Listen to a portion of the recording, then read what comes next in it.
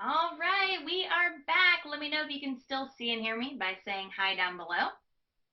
Hopefully we've had some people stick around from our last session. Maybe we even have some newcomers. Glad to have you all here. Now I am really interested because this is a diagnostic review. When did you take your diagnostic?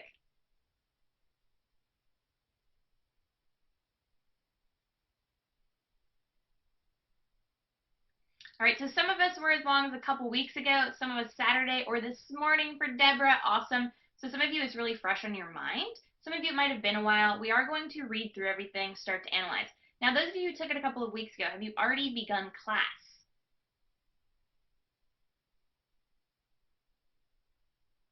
All right, some of us have, so we're going to be somewhat familiar now with the Kaplan strategy for tackling passages. So we're going to be looking at some of that today as we do our CARS review. We're specifically going to focus on identifying conclusions and the evidence that backs up conclusions. An argument is very key to answering questions, and for an argument, we have to have those two pieces, that conclusion and that evidence. We're also going to really pay attention to the voices we're hearing within a passage. Who do we always need to pay attention to their voice? Monica, absolutely, Deborah, the author. Always got to pay attention to the author. We might see other arguments sprinkled in, but paying attention to that tone, finding the author's opinion, always going to be important. We're also going to work on today identifying questions that are going to really quickly get us points and possibly help us understand the passage better. That's always going to be helpful. So let's start here looking at conclusions and evidence. I'm sure you guys remember this passage from your diagnostic, but we do need to refresh our memories in case it's been a while. So we're going to do some reading together here, emphasizing some of our keywords, looking out for what's important. I'm also going to let you do some reading on your own to mimic what we're doing together. So as we start out here, the dominance of the new historicism in academic circles over the past 15 years has begun to arouse a backlash in some circles. New historicism, which was developed to study the complexities of Renaissance Italian history, swiftly impressed other historians who used it to gain insights into other cultures. Combining anthropology with textual criticism, its practitioners developed what they termed thick description, using anecdotes gleaned from cultural practices and intertwining these anecdotes with general studies of the complexities of the culture. How many of you read that last sentence and were like, I don't know if I understood that. I might need to go back and reread that to figure out what this thick description thing is? Do you think that going back here is really going to be important?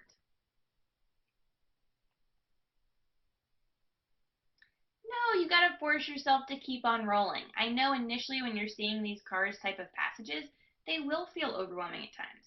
You're going to feel like, I don't really know what's going on. I probably need to go back before I keep going. Keep reading. There's going to be a lot of detail in here, and we need to keep moving past it. All right, canonical literature such as the works of Dante. When we see something like such as, what do we know we're getting next? What do we know we're getting next? Examples, all right, this is just an example, was studied, all right, so we might pay attention to that, was studied alongside decidedly inferior works by contemporaries who lacked his literary genius. No text argued, the new historicists, argued kind of gives us an idea, could be understood outside its culture thus. What type of keyword is thus? Conclusion keyword, red flag right here to pay attention. A reading of all works necessitated anthropological study and literary criticism. Okay, so we read, we might have been a little confused at points, that's okay. We want to try and pull out the big picture.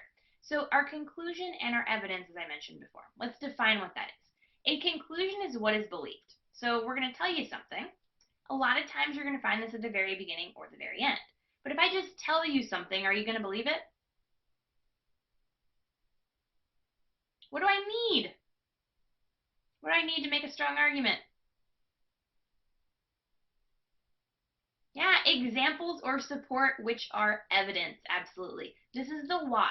This backs it up. This is supporting the conclusion that was discussed. Okay, so in this passage, what was our main conclusion? What's our main conclusion?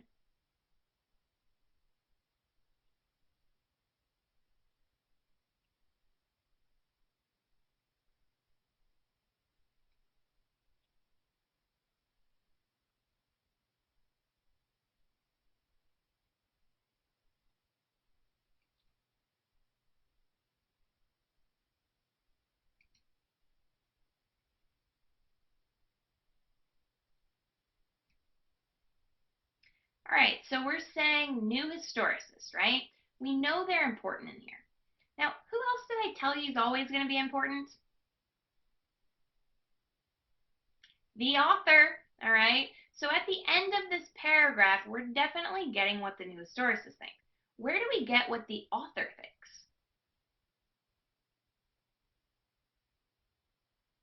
Where do we get what the author thinks?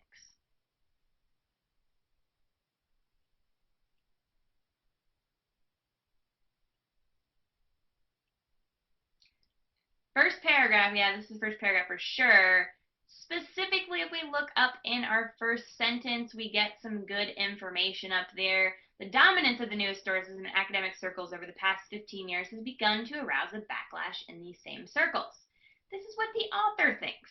All right, well, we also need to know what the new historicists think, and you guys nailed it at the end there. A reading of all works necessitated anthropological study and literary criticism. Do we have evidence for these conclusions?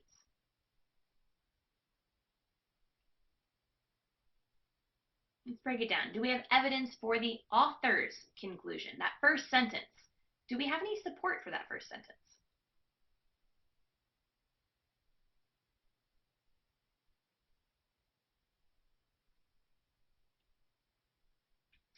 Yeah, Rachel, we don't really yet, okay? We go from what the author thinks into a quick description of new historicism. We can tell that because it says new historicism, which was developed. This is a description. We don't really know a whole lot about this backlash yet, so we don't have it. That's okay. Sometimes you're not going to. What about evidence for the new historicist conclusion? Do we have evidence for the new historicist conclusion?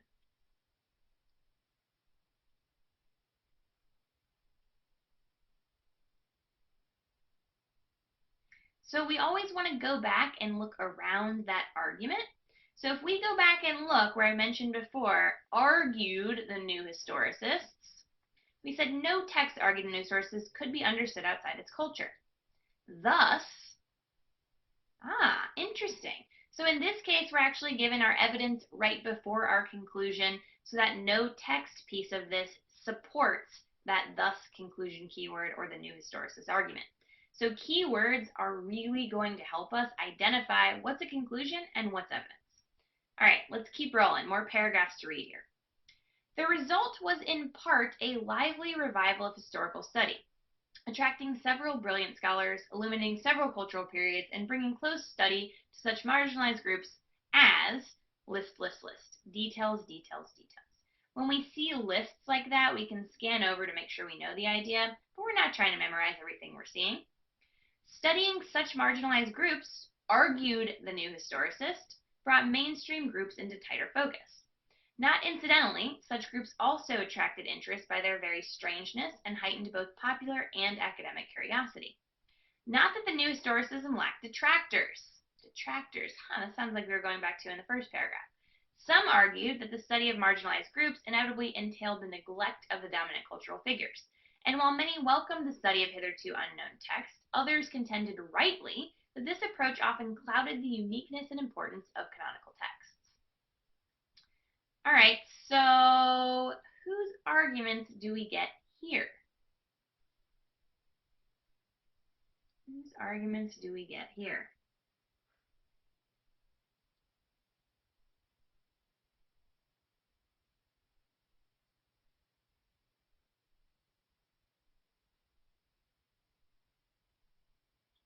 So we start to get this idea of the detractors, okay? It's introducing it, but this is going back to what we saw in that last paragraph, right? The author's opinion about the backlash. We also get some more author opinion. Yeah, Anna, absolutely. We still do get the author. What is the author saying in this paragraph?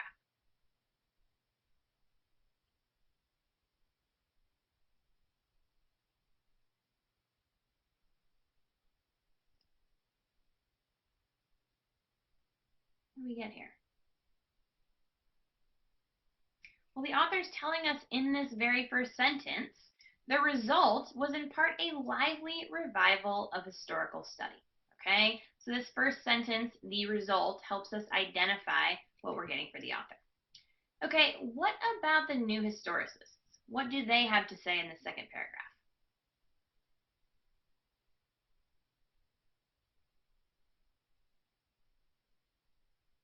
What do the new historicists have to say?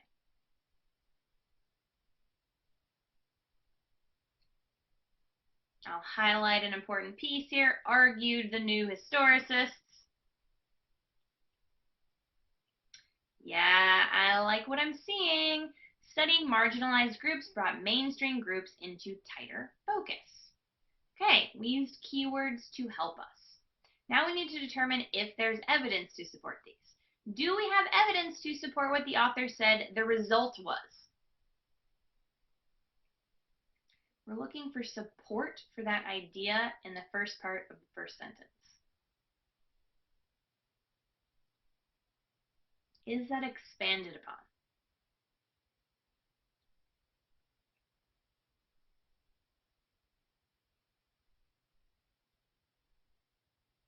Yeah, Anna, absolutely. Such groups attract interest, blah, blah, blah, blah, blah. Fantastic. The rest of that whole sentence that we saw was detail and example that sure enough does support the author's conclusion. Okay, what about the argument of the new historicist? Is there evidence for that?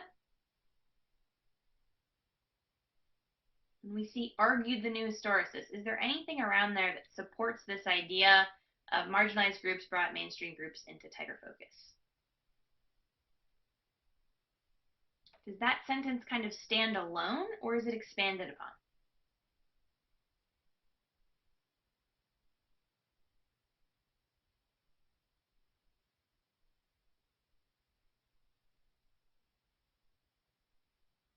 So Anna says maybe it's expanded in the end. Well, what do we kind of shift to after we got brought mainstream groups into tighter focus? What do we start to shift towards? We kind of have a shift here to something different.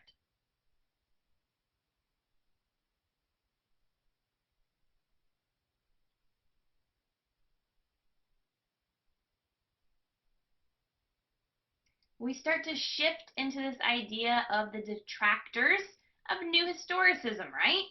So there isn't really a whole lot of why about the new historicist argument in the second paragraph. What we do see is evidence from the first paragraph. So we're going back to why the author talked about there being a backlash. So this whole end piece here is dealing with those detractors and what they had against the new historicists. So it's really nice when they present that evidence real close to the conclusion so it's easy for you to find. Unfortunately, the AAMC is not always that kind to us. They like to pick these passages that are a little tough to get through, so we have to be prepared to find it in other areas. All right, let's keep reading. Paragraph 3. The current backlash argues, well, that already sounds like it's going to be important. I'm going to highlight it for you here so we can keep an eye on it. This is not something you would actually highlight on test day. I'm simply emphasizing it as we read. The current backlash argues that the great flaw in new historicism is that it assumes that all cultures have coherence, and that marginalized voices form an essential part of understanding that coherence. If, they reason, cultures do not form a unified entity, but are formed of disparate units in constant conflict, the new historicist approach is not only valueless, but deceptive. These new scholars, who lack a convenient nomenclature, argue for a return to the study of groups as unique within their societies. Ironically, in doing so, they continue the same study of individuals and marginalized groups pioneered by their predecessors, even while proclaiming the uniqueness of their approach. Who is talking to us in that sentence? The author. All right, let's pay attention when we hear the author speaking to us. It could be argued, therefore, all right, so we got a couple important keywords in there, that this is no backlash at all, but only a need to proclaim that a backlash exists and that we are ready to move on to another disciplinary approach. Okay, so we saw a few different ideas where they mentioned someone's argument. Let's talk about who. So instead of the new historicist, who comes to the foreground here?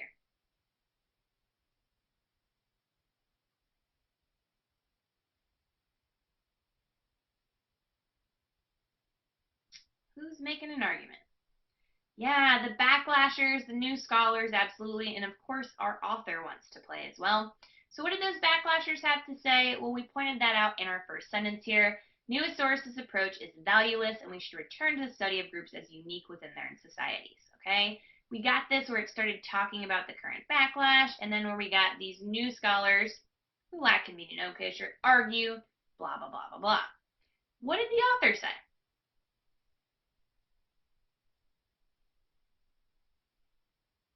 What did the author have to say?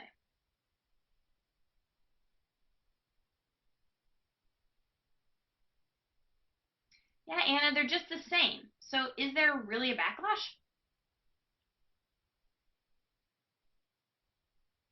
Yeah, they're overlooking that they're doing exact same thing. No backlash at all. The author says, let's move on. Time to keep going. All right, we're getting much better at picking up on arguments. I know initially it's not obvious to us. With lots of practice, these things are going to jump out at you. All right, what about our evidence? Do we have evidence for what these backlashers or these new scholars thought?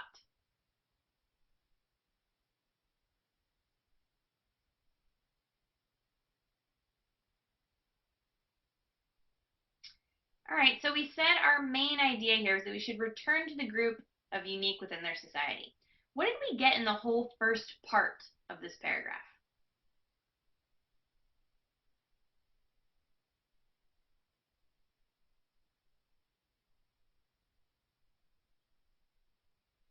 Yeah, it's talking about that new scholar's approach, and it tells us that it assumes that all cultures have coherence, that marginalized voices form an essential part of understanding. All of that is providing evidence to our conclusion. Okay? Now, what about the author? Does the author expand on the idea that there is no such thing as backlashers?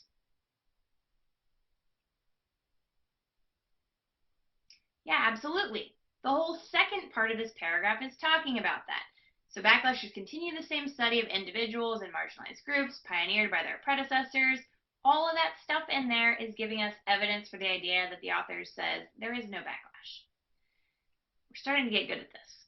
All right, we got another paragraph to go. I'm actually going to let you guys read this one on your own. Then we're going to come back and try and pick out these conclusions together. So we're going to put 1 minute on the clock to let you get through this fourth paragraph, and I will see you shortly.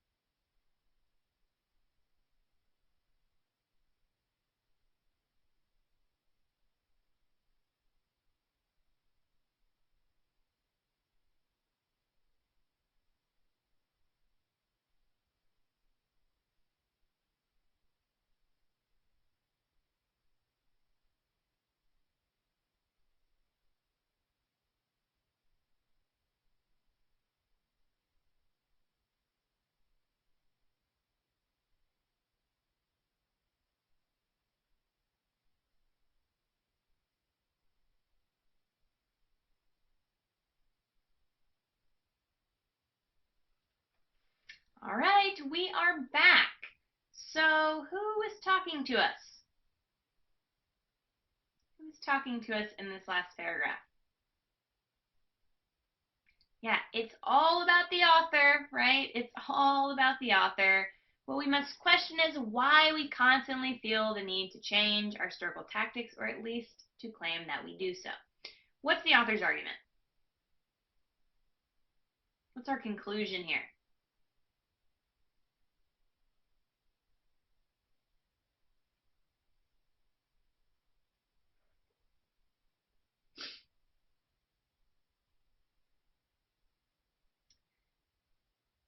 Okay, so Rachel says, or sorry, Rochelle, I'm not sure if it's Rachel or Rochelle. You can tell me which is correct. And then we have Rachel after that. Historians care more about technique than history.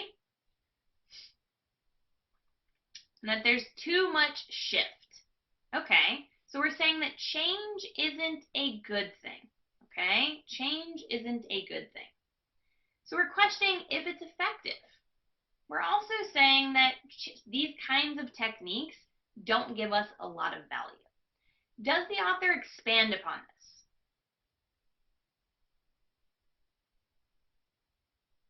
Anna, me too. You got to use symbols when you're doing your quick passage outlines. There's no reason to write tons of words out if you don't have to. Well, the author does talk quite a bit in here, Rachel. So years may pass, but economists continue to pore over numbers. Linguists continue to study words. In history, however, the great man theory shifts to the progressive theory. Progressive swiftly shifts techniques and trains social historians. La la la la la. Tons and tons. That's okay. This is all lots of examples, and examples are support. Rachel, that's absolutely why we're here to practice. So if you haven't picked up on it yet, we got to keep practicing. So for that first argument, we're getting examples of the other pseudoscientific disciplines and examples of how they've changed techniques in the past, all that filler in the middle. Then it's also talking about, that we should refrain from historical or literary judgments and really just focus on the meaning. So really that these techniques aren't providing us with a whole lot. We clearly get author opinion in here. All right, now that we have a solid idea of what this passage was about, or at least a pretty good idea, maybe you're not quite at the point where you think it's solid, let's try our hand at some questions. All right, the author's primary argument in the fourth paragraph would be most weakened by. So remind me, what would be our approach here? The author's primary argument in the fourth paragraph. What should we do?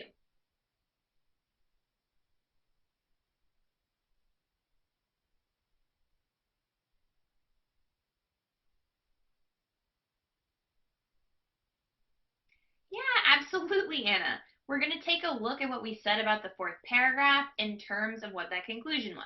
So we're going to remind ourselves of the conclusion, and then we can make a at least loose prediction, as Monica says, on what would weaken that conclusion. All right, so what we just said, in case you didn't write it down, the author's questioning the efficacy of such frequent changes and saying that these techniques might not have a whole lot of value. All right, so now we need to make a prediction. What new evidence can weaken these conclusions? Well, really at this point, it's kind of easy to make a loose prediction. Anything that shows a benefit to frequent changes. That would be against what the author says. All right, go ahead and take that prediction and take a few seconds to match and pull it.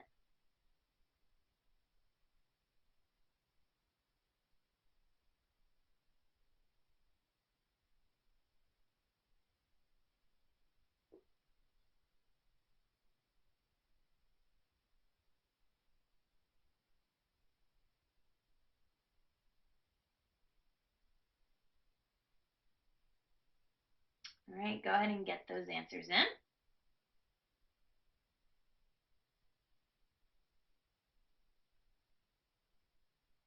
going to close it up in 3, 2, and 1.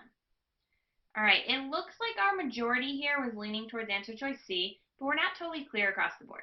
Answer choice C was absolutely correct. Proof that new historical techniques amplify, not diminish, previous historical judgments. So this is that idea that new historical techniques are helpful to us, okay? That absolutely would go against the author's second argument that we were talking about right here.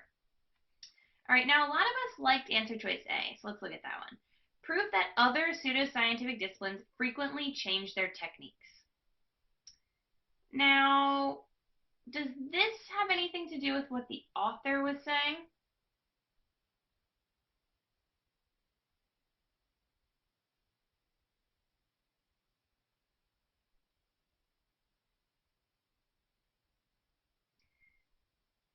I said, does this have anything to do with what the author was saying in that last paragraph?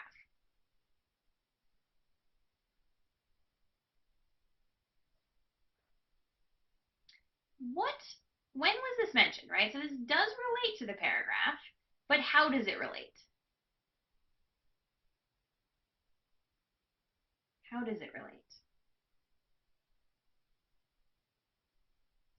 Yeah, the different shifts. This was used as evidence for that conclusion, absolutely.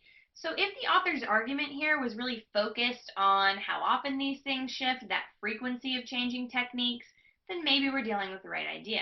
But this was evidence for our conclusion about the efficacy of such frequent change in historiographic tactics. Okay, this doesn't weaken the conclusion, is absolutely correct.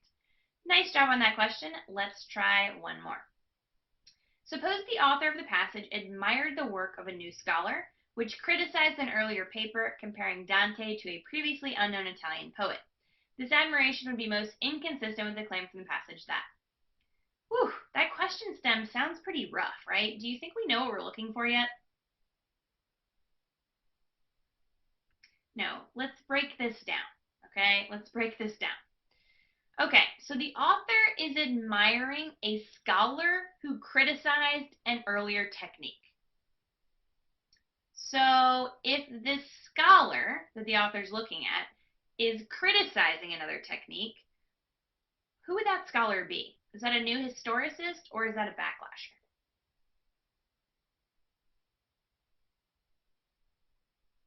That's a backlasher, okay?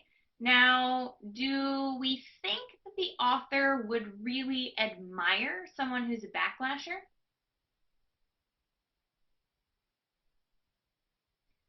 No, probably not.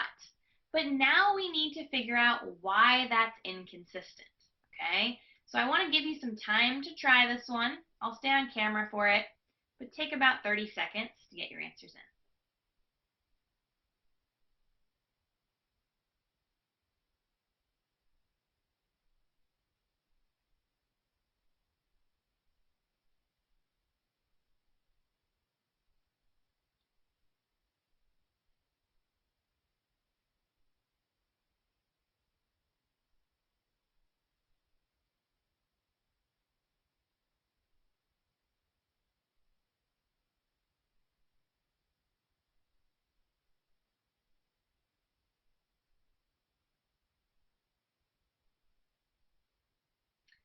All right, I'm going to close it here in 3, 2, and 1. Weren't overly certain on this one. It is a very tough question. So one approach we might have had here is figure out where these claims were made before we dive too much into them. So we see A was in paragraph 3, B was suggested in paragraph 1, C in 2, D in 4. All right, well, tell me this. Where did we get the heart of what the author thinks?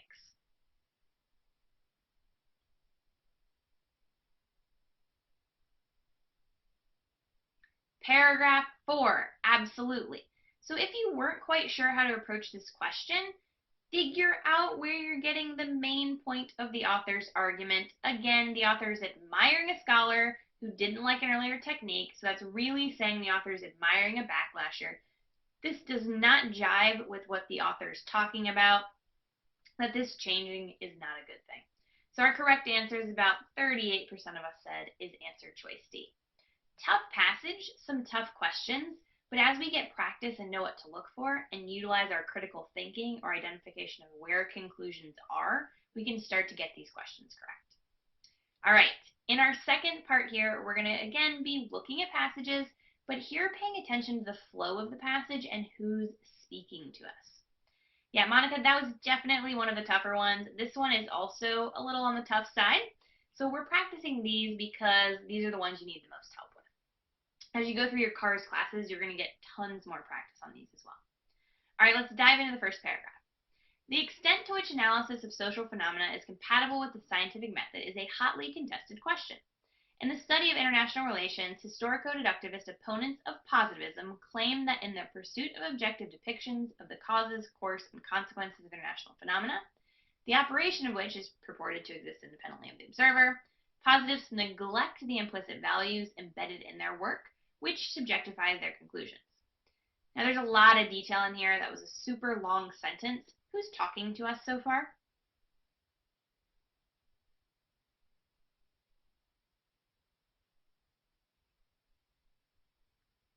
So we have the author. The author is definitely in here. But who's kind of making an argument?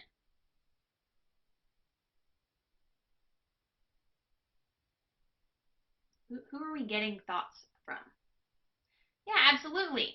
The opposite of positivism or the historico-deductivists. Very nice.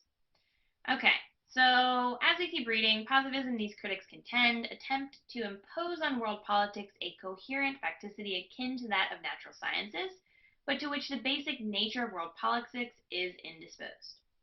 Now, as I start to scan through the last part of this, what jumps out at you in this last sentence?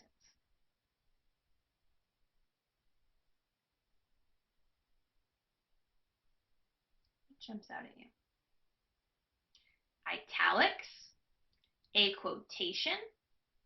Do you think this is going to be main idea or detail?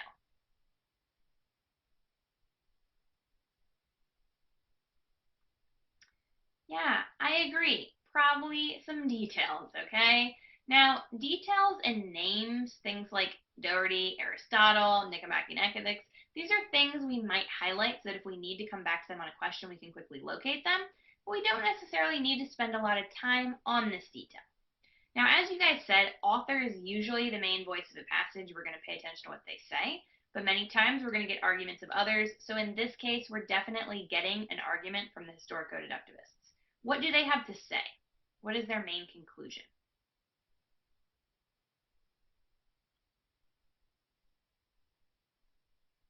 What is the main conclusion of the historico-deductivists?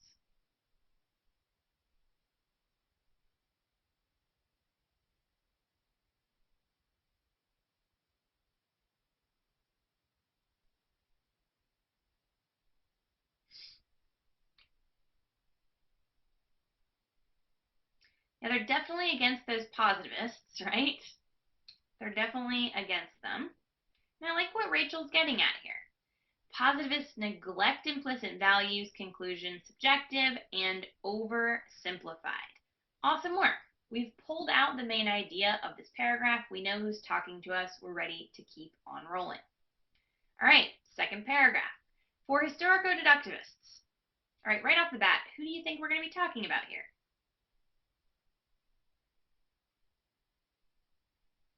Historico-deductivists. All right, let's figure out what they're trying to argue to us.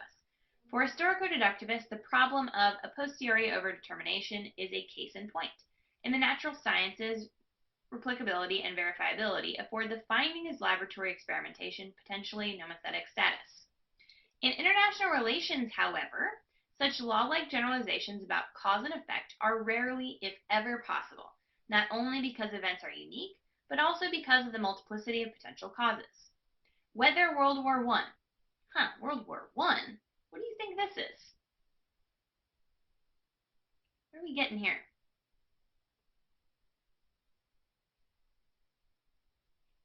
Example, man, you guys are getting good at this. It only takes a little practice and this stuff starts to pop out.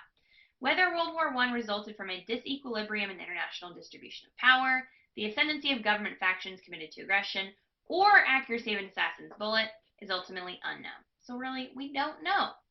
For opponents of positivism, which are the historico-deductivists, it is better to recognize darkness than pretend to see light. So again here, as we said, we are getting this argument of the historico-deductivists, and what they're saying is law-like generalizations are unlikely in international relations. That whole World War I thing was simply an example of this, where we don't quite know. All right, let's keep going. While some leading positivists, most notably Pasteur, all right, who do you think we're going to be talking about here?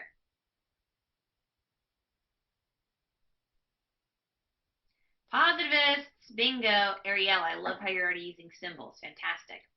While some leading positivists, most notably Pasteur, admit as knowledge only the sum of all tested propositions, for most is very cloud-like nature of political phenomena that requires a clock-like approach. Conceding that their subject does not permit nomothetic propositions, the majority of positivists appear committed to William's more moderate rule. Okay, again, we're getting a quote. We can quickly scan over it, but quotes are details. If we need to come back and get more information on that, we can. Another thing we might want to do are highlight these names because they are details we might need to locate. So we said the positivists are making the argument. What's the argument that they're making?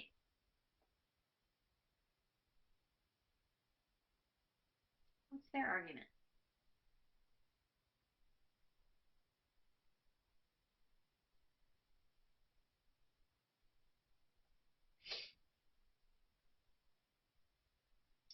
Systematically, clock-like. All right, I like what you guys are getting at here. We might rephrase something like uncertain nature of this should not prevent us from trying to make law-like generalizations or using that systematic approach. Very nice. All right, next paragraph. Positivists point to the potential of scientific analysis. Who are we going to be reading about in this paragraph?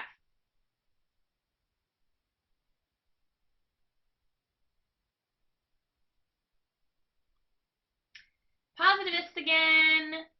Ding, ding, ding. All right. Positivists point to the potential of scientific analysis to yield counterintuitive truths. A frequently cited example is, all right, example, pay attention to that. Published at a time when many scholars were convinced that multinational organizations had effectively elbowed the traditional sovereign nation state out of analytical existence in our field, Grodsky's research of the structure, timing, and variance of state expenditures on foreign direct investment effectively restored the state to its position as the dominant unit in international relations scholarship. Long sentences. This is why these types of passages are tough. They seem like they go on forever. We'll keep reading, right? We have a general idea of what this is about, and we know who's making the argument. Despite several efforts, historico-deductivists who had championed the new relevance of non-state actors have not, as yet, successfully refuted Grodsky's findings, a consideration that bodes well for those of us who believe. Those of us who believe. Who's talking? And Monica and Rachel, I agree. This is definitely a tough one. Being able to scan and triage these guys is going to be so helpful for test day. Yeah, you guys are absolutely right. This is getting some author opinion brought into us. So we had the positivists, we had our example of Grodsky. We want to pay attention to those. Then it comes back to those historico-deductivists, and those of us points to what the author believes. So we have the voice of the positivists from the beginning. They're telling us scientific analysis of international relations can yield counterintuitive truths. Then we get the Grodsky example. We also hear from the author, right? The author talks to us at the end and says, debate between two schools is good for research. That comes in that last part. Those of us who believe that an end to this long-standing debate, which has produced much timely and relevant research, is not necessarily to be desired. Okay? All right, one more paragraph here. I want to give you time to read this one on your own. 1 minute on the clock, and we'll come back to see who's arguing.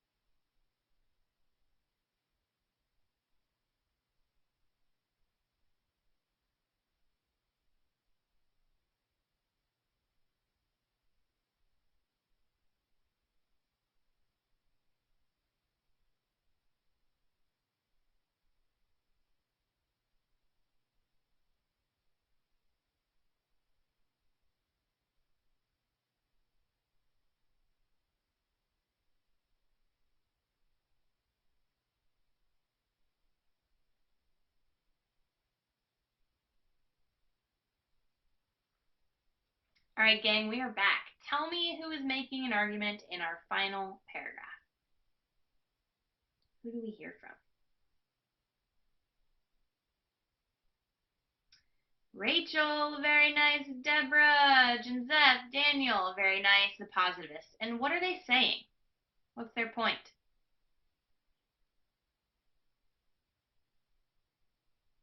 What's their point?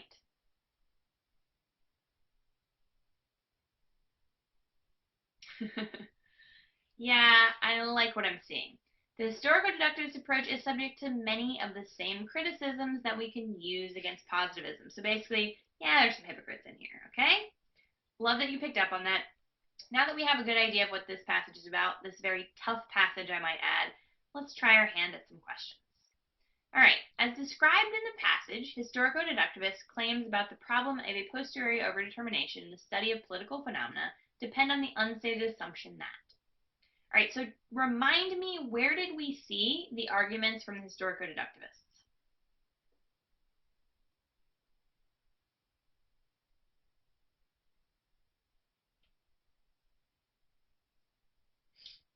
Yeah, we saw arguments from the historico-deductivists in paragraphs 1 and 2. You guys are already pulling that specifically, that posteriori overdetermination was from paragraph 2. All right, what should we do? Now that we know where it was from, what should we do? Deborah, yes. Let's take a look back at our passage outline and figure out what the main idea was. We need to say, what was our conclusion from paragraph 2? Assumptions here are going to be unstated evidence to the conclusion that's made. So our conclusion from paragraph 2 was law-like generalizations are unlikely in international relations. Okay, now did we have any evidence that was present? Did we have any evidence to support that conclusion in paragraph 2? Yeah, it was that whole World War example, right? You got it, Anna. World War I, many possible causes we can't quite determine. So we're going to ask ourselves, what do historico-deductivists assume when drawing a conclusion from the evidence? So we might say a law-like generalization cannot be made when multiple causes yield the same effect. Now, we have a prediction. I want you to practice finding the answer choice that best meets that prediction and picking your answer. Go ahead and pull in.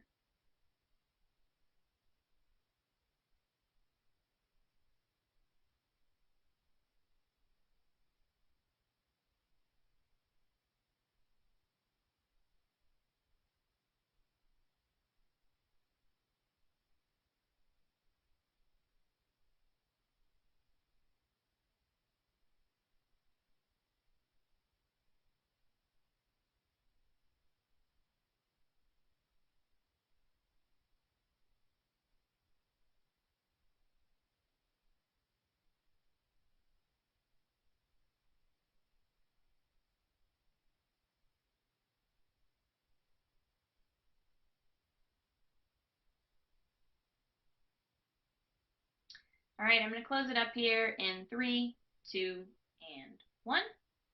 Looks like we're a little split between answer choices A and D. Our correct answer is D. A causal claim that stipulates multiple indistinguishable causes for a certain effect is not likely to be a nomothetic proposition. Now, a lot of you liked answer choice A. Those of you who did not pick A, tell me why A is wrong. We'll all help each other here. Tell me what's wrong with A.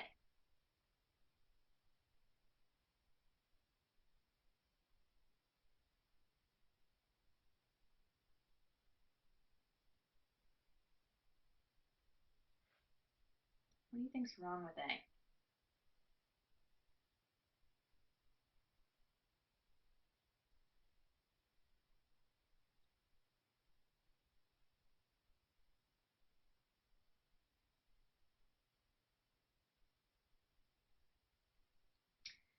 All right, so when we're talking about an assumption,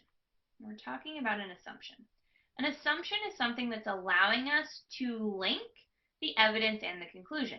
So remember, we're talking about the historico-deductivist conclusion that law-like generalizations are unlikely in international relations. World War I was our example here.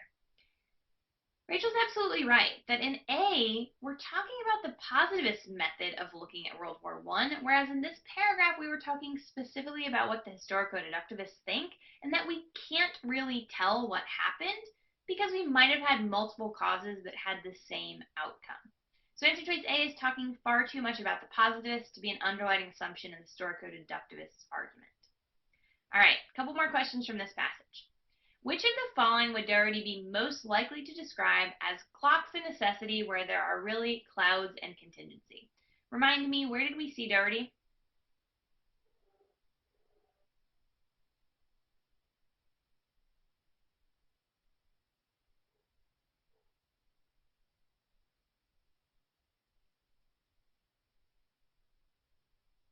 Where did we see Doherty?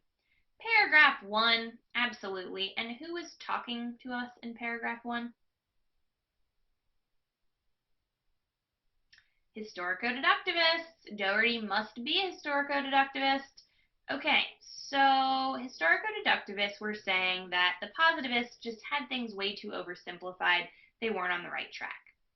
So if Doherty is a historico-deductivist, And we're saying which of the following would dare to be most likely to describe as clocks a necessity where there are really clouds in contingency. Is that a negative statement or a positive statement?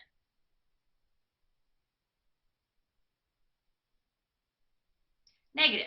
So who would a historico-deductivist be talking badly about? A positivist. Which answer choices can I go ahead and get rid of to make this much easier on myself? Yeah, I love 50-50. Heck yeah. Let's get rid of answer choices A and B. All right, from there, a positivist study of the nature of reciprocity and the relations among sovereign states.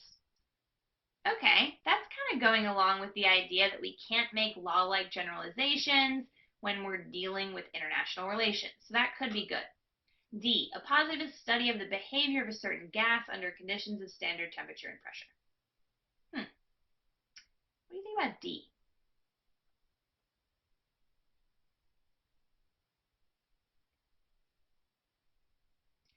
Yeah, it kind of sounds out of scope to me as well. We need something that is complex, that was oversimplified, and we were dealing with international relations in this passage, so answer choice C has got to be our answer.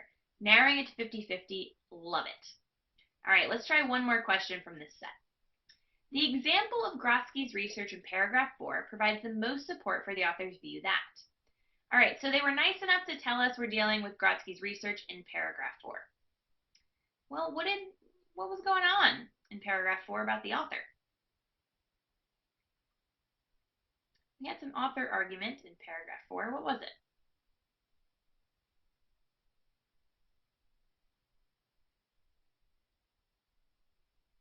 What was it?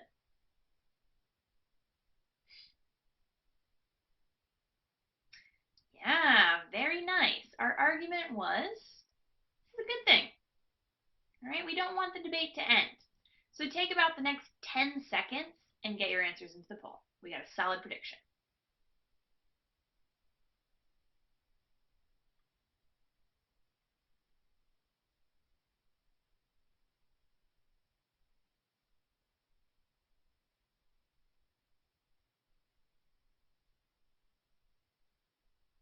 And I'm going to close it up in 3, 2, and 1.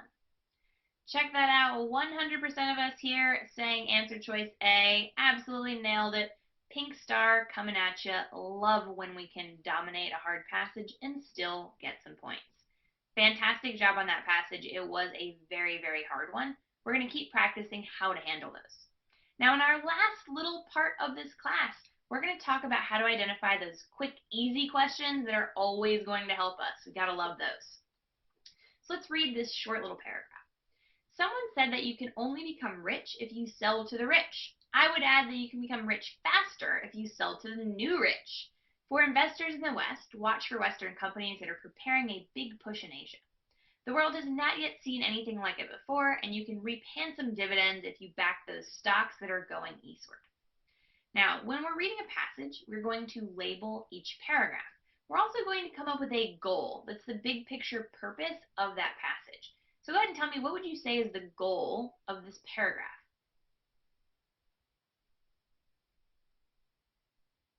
What's the goal of this paragraph?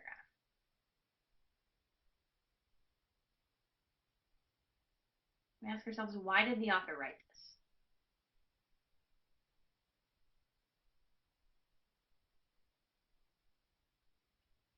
Yeah, the opportunities are appearing in a new place, right? So you might say to point out that the new economic opportunities are arising in Asia. That's our goal. Now, goals are really helpful when it comes to a specific type of question, the main idea question. We can identify this quickly because it says the main idea of the passage is that. These are fast, easy points. We want to identify these quickly. So our prediction here becomes simply the goal of our passage.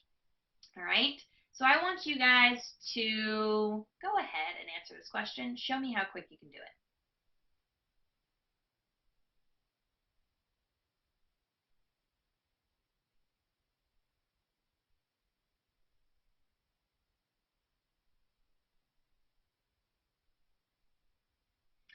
I'm going to go ahead and broadcast. You guys quickly match that one. I like what I'm seeing. Again, our prediction was about opportunities appearing in a new area. Answer choice A, nailed it. These are the fast questions. Not every question will be this easy, but when you find them, you gotta nail them quick. All right, let's try another one. Regarding the new historicist, the author asserts that. This is a detail question. It tells us specifically we're dealing with the new historicist here. All right, so we're going to ask ourselves, where do we find information that's going to help us with this? And we already said the new historicists are discussed in paragraphs 1 and paragraphs 2.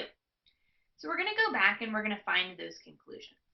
So in those two paragraphs, in the first one we said the new historicism had been dominant but aroused backlash. That's what the author said.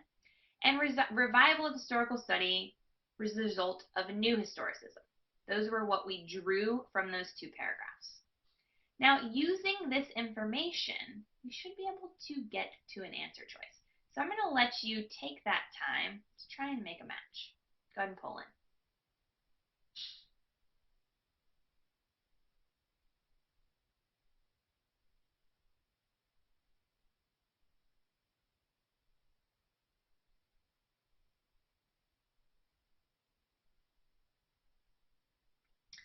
You should be able to see how helpful your passage outlines become.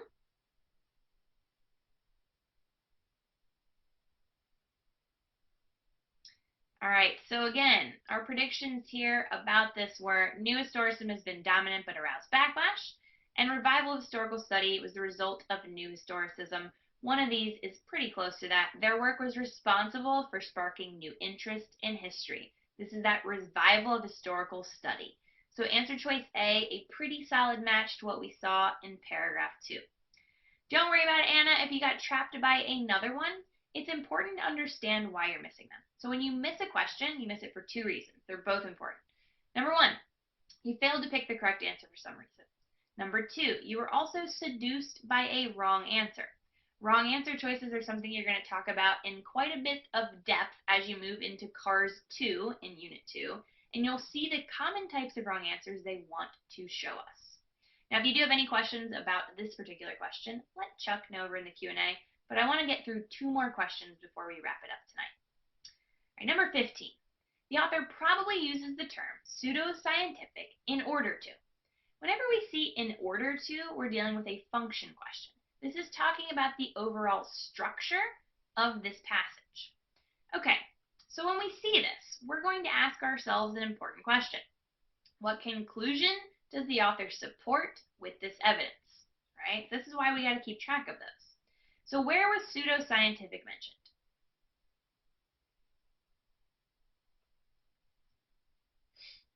Where was pseudoscientific mentioned?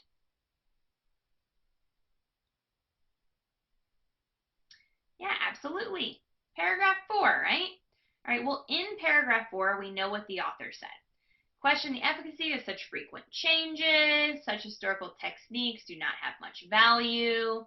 Okay, so we are trying to support these ideas. So I want you to figure out, I'm going to go ahead and clear the poll again. Go ahead and get your answers in.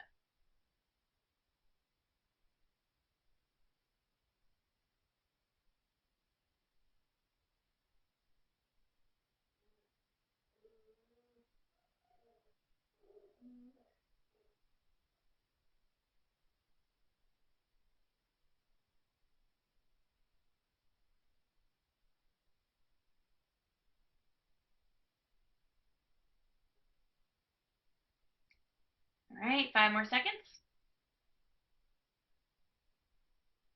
Go ahead and close it up. All right, so a lot of us were spread on this one. I'm going to go ahead and show you what the correct answer is, then we're going to talk through it. Now, it's really important on function questions to keep our mind on the big picture. This author was all about talking about historiographical techniques.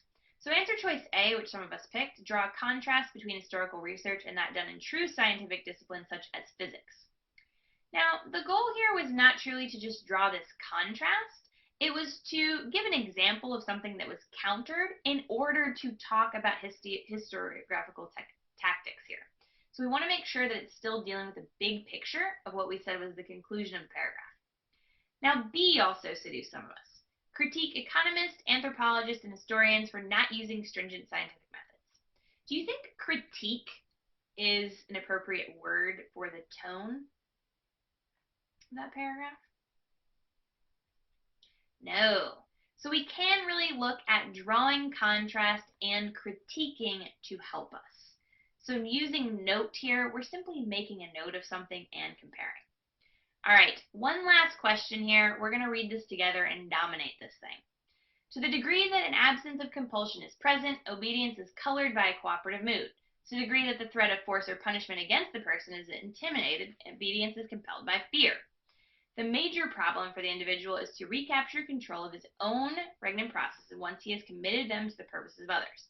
The difficulty this entails represents the poignant and in some degree tragic element in the situation, for nothing is bleaker than the sight of a person striving yet not fully able to control his own behavior in a situation of consequence to him.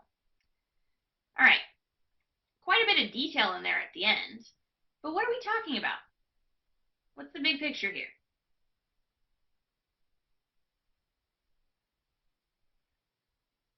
What's this paragraph about?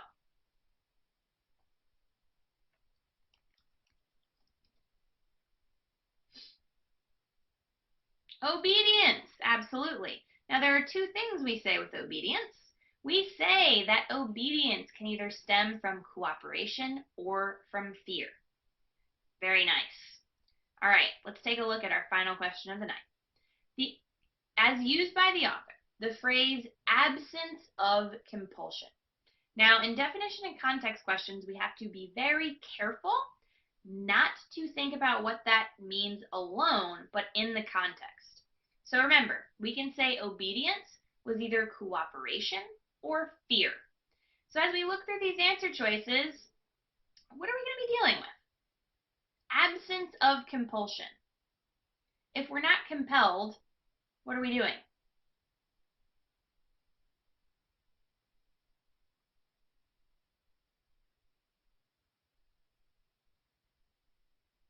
All right, so fear would compel us to do something. But if we're not being compelled, we're freely deciding. We are cooperating. So that would be our prediction here, that it's not fear, but cooperation. The only thing that deals with that here is going to be answer choice B, obedience that is willingly given to one's superior, or an idea of cooperating in obedience. Yeah, Anna, absolutely. So absence of compulsion. If I'm not compelled to do something, but I'm still doing it, it means I want to. I'm freely deciding that I can. So don't look too closely at absence of compulsion, which would be freedom to disobey. C here is kind of an enticing choice.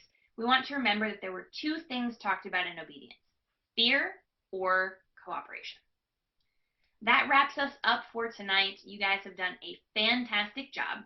Remember, you should definitely be reviewing your diagnostics on your own. This is just a great chance to review some of the hardest passages in here and get some tips so when you move forward into CARs 1, 2, and 3, you'll have a solid idea.